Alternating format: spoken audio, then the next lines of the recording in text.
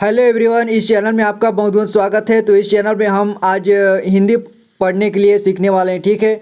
तो इस वीडियो में मैं आपको धारा प्रवाह हिंदी पढ़ना सिखाऊंगा, यानी कि आपको इस वीडियो में मैं मात्रा एक एक करके नहीं बताने वाला हूं। अगर आपको मात्रा नहीं आती है तो आप मात्रा वाले वीडियो में जा कर के देख सकते हैं, मैंने अपलोड किया हुआ है, चैनल पर जाकर देख सकते हैं। तो इसमें मैं केवल पढ़ूँगा, जो भी आपको कठिन शब्द मिलेंगे आपको उस पर ध्यान देना होगा, ठीक है। तो आज का यह है खरगोश और कछुआ, ठीक है। आज हम कहानी देखते हैं खरगोश और कछुआ। तो देखते हैं। एक बार की बात है, एक जंगल में एक कछुआ रहता था। वह शांत और अपने से मतलब रखने वाला जानवर था। उसी जंगल में एक खरगोश भी रहता था जो बहुत फुर्तीला और बातूनी था। वह कई बार दौड़ प्रतियोगिताएं जीत चुका था और उसे इस बात का बहुत घमंड भी था। वह दूसरे जानवरों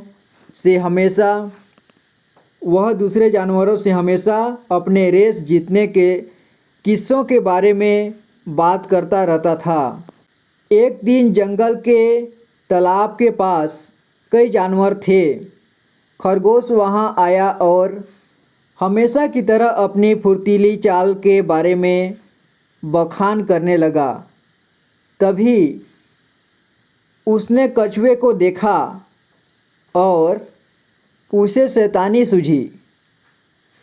वह कछुए के पास गया और उससे कहने लगा, खरगोश देखो।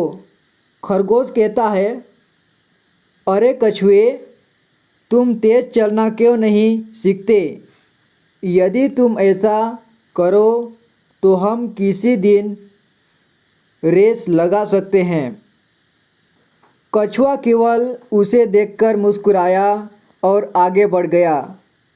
खरगोश कछुए को तंग करना चाहता था।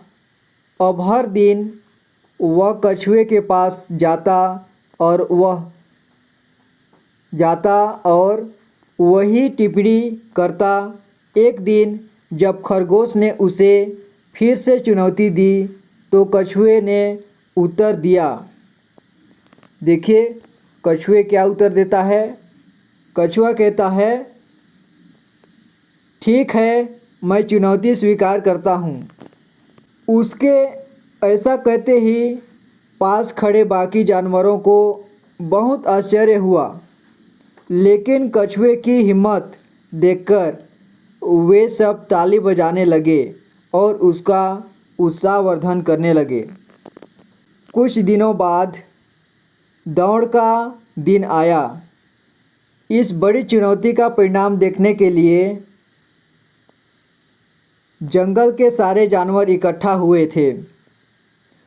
जब दौड़ शुरू हुई तो कुछ ही देर में खरगोश कछुए से बहुत आगे निकल गया। कुछ दूर दौड़ने के बाद खरगोश ने जब पीछे मुड़कर देखा तो वह कछुए को इतना पीछे छोड़ आया है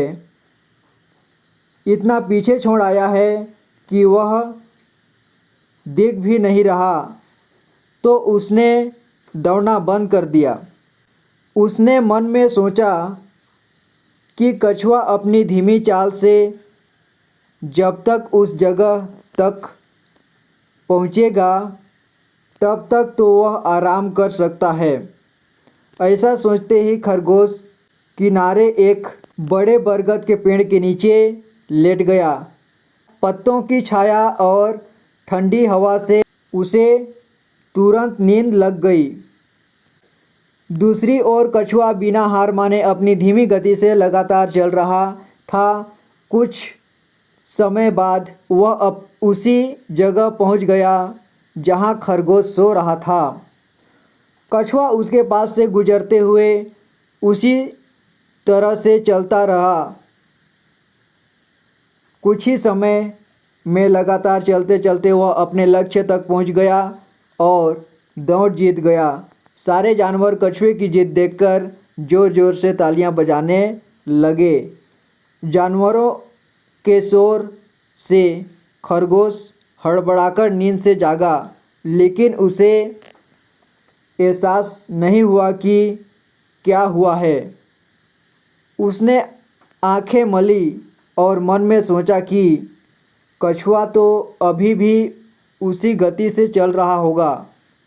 खरगोश उठा और दौड़ पड़ा, लेकिन वहां पहुंचने पर कछुए को वहां पहले से खड़ा देखकर खरगोश के होश उड़ गए। कछुआ सिर पर जीत का ताज लगाया हुआ था और दूसरे जानवर उसे बधाई दे रहे थे। कछुए ने दूर से खरगोश को देखा और धीरे से मुस्कुराया। खरगोश बहुत लज्जित हुआ।